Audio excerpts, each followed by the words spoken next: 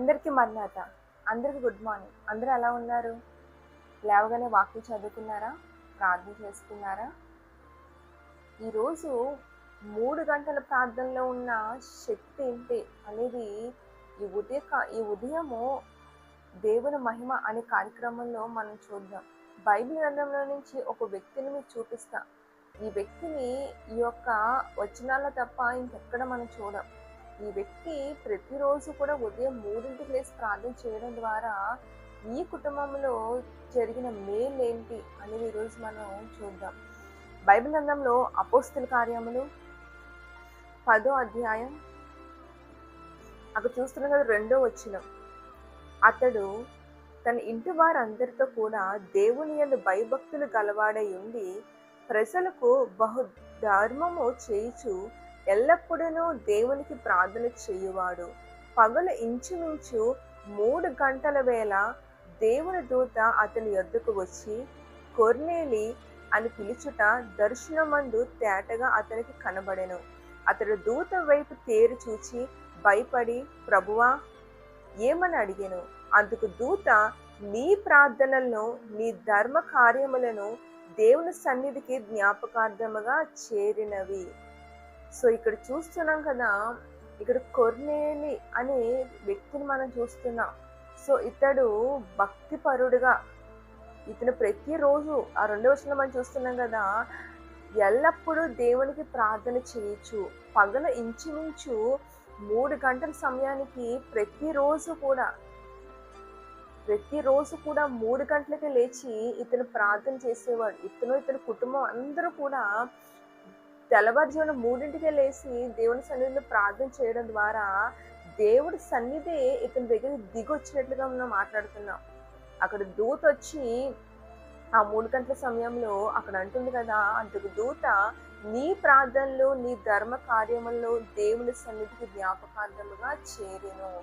So ఇక్కడ కొర్నేలు 3 గంటలు లేచి ప్రార్థన చేయడం ద్వారా, సో దేవుడు తనకి ఇచ్చిన దాంట్లో ఇతరులకు మరి అనేక విధంగా హెల్ప్ చేయడం ద్వారా, సో దేవుడు ఇతని ప్రార్థన విన్నాడు. ఇతను చేసే మంచి కార్యాలు చూసి మరి ఆ 3 గంటల సమయంలో దూత వచ్చి, నీ ప్రార్థనలు నువ్వు చేసే కార్యాలు అన్నీ కూడా దేవుని సన్నిధికి చేరాయి, నీ ప్రార్థన వినబడింది అని దూత వచ్చి కొర్నేలుతో మాట్లాడినట్లుగా మనం చూస్తున్నాం.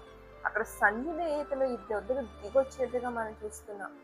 3 గంటల ప్రార్థన ఏముందిలే అని అనుకుంటాం, కానీ 3ంటికి లేసి ప్రార్థన చేయలేకపోతున్నాను అనుకుంటున్నాం. కానీ 3 గంటల ప్రార్థనలో ఎంతో శక్తి ఉంటుందండి. మనం లేచి ప్రార్థన చేయలేకపోతున్నాం, కానీ 3 గంటలు లేచి ఎప్పుడు కూడా ప్రతిరోజు కూడా మనం ప్రార్థన చేయగలిగితే ఖచ్చితంగా దేవుడి దర్శనాన్ని మనం చూస్తాం, దేవుడి స్వరాన్ని మనం వింటాం. అంటే కొంతమంది అనుకోవచ్చు, అంటే 3 గంటలు చేస్తేనే దేవుడు వింటాడా, మిగిలిన సమయంలో చేస్తే దేవుడు వినడా అని. ఏ సమయంలో ప్రార్థన చేసినా దేవుడు వింటాడు. కానీ మనం ఏ సమయంలో ప్రార్థన చేసినా మనం పరిపూర్ణమైన మనసు పెట్టి ప్రార్థన చేయలేము. ఎందుకంటే ఉదయం 6 తర్వాత మనం ప్రార్థన చేస్తామంటే ఏదో ఒక డిస్టర్బెన్స్ మనకు వస్తుంది. పిల్లలు లేగచ్చు, భర్త లేగచ్చు, ఇంట్లో అత్తమామ లేగచ్చు, ఏదో ఒక సౌండ్లు వస్తాయి.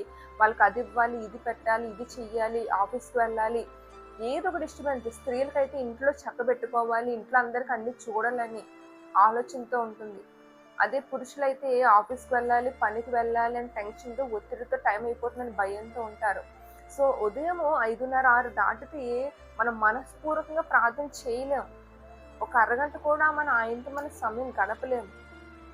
అదే తెల్లవారుజామున 3ంటికి కానీ 4ంటికి కానీ మన ప్రార్థనలు కూర్చున్నామంటే ఆ టైంలో ఏ డిస్టర్బెన్స్ ఉండదు. ఒక అరగంట, ఒక గంట అయినా మనం మనఃపూర్వకంగా ఆయన ప్రార్థించగలం, ఆయన స్తుతించగలం.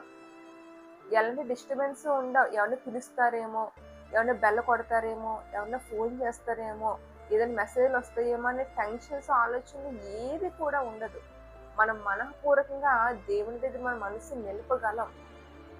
అందుకే 3 గంటల ప్రార్థనలో చాలా శక్తి ఉంటుందండి. మన మనసు పూర్తిగా ఆయన దగ్గర నిలపగలం కాబట్టి ఈ రోజు వరకు నువ్వు 3 గంటలు లేచి ప్రార్థన చేయకపోయి ఉంటే ఖచ్చితంగా ఈ రోజు నుంచి అయినా 3 గంటలకే లేచి ప్రార్థించే. స్టార్టింగ్ కష్టంగానే ఉంటుంది. ఒక 5 నిమిషాలు మొదలెట్టు. అలా 10 నిమిషాలు, పావుగంట, 20 అలా ఆటోమేటిక్‌గా మనకు తెలియకుండానే ఒక అరగంట, గంట కూడా 3 గంటల ప్రార్థనలో మనం ఏకీభవించగలం.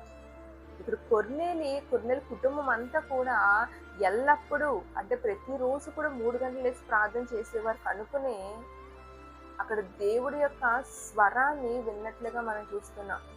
ఈరోజు ఈ మాటలు నీ జీవితంలో కూడా దేవుడి స్వరం వినాలన్నా, దేవుని దర్శనం చూడాలన్నా 3 గంటలు లేచి ప్రార్థన చేయి. ఆ 3 గంటల ప్రార్థనలో ఉన్న శక్తి ఏంటన్నది నువ్వు ఖచ్చితంగా రుచి చూస్తావు. కాబట్టి అట్టి కృప దేవుడు మీకు అనుగ్రహించును గాక. ఆమేన్. మరణాలు.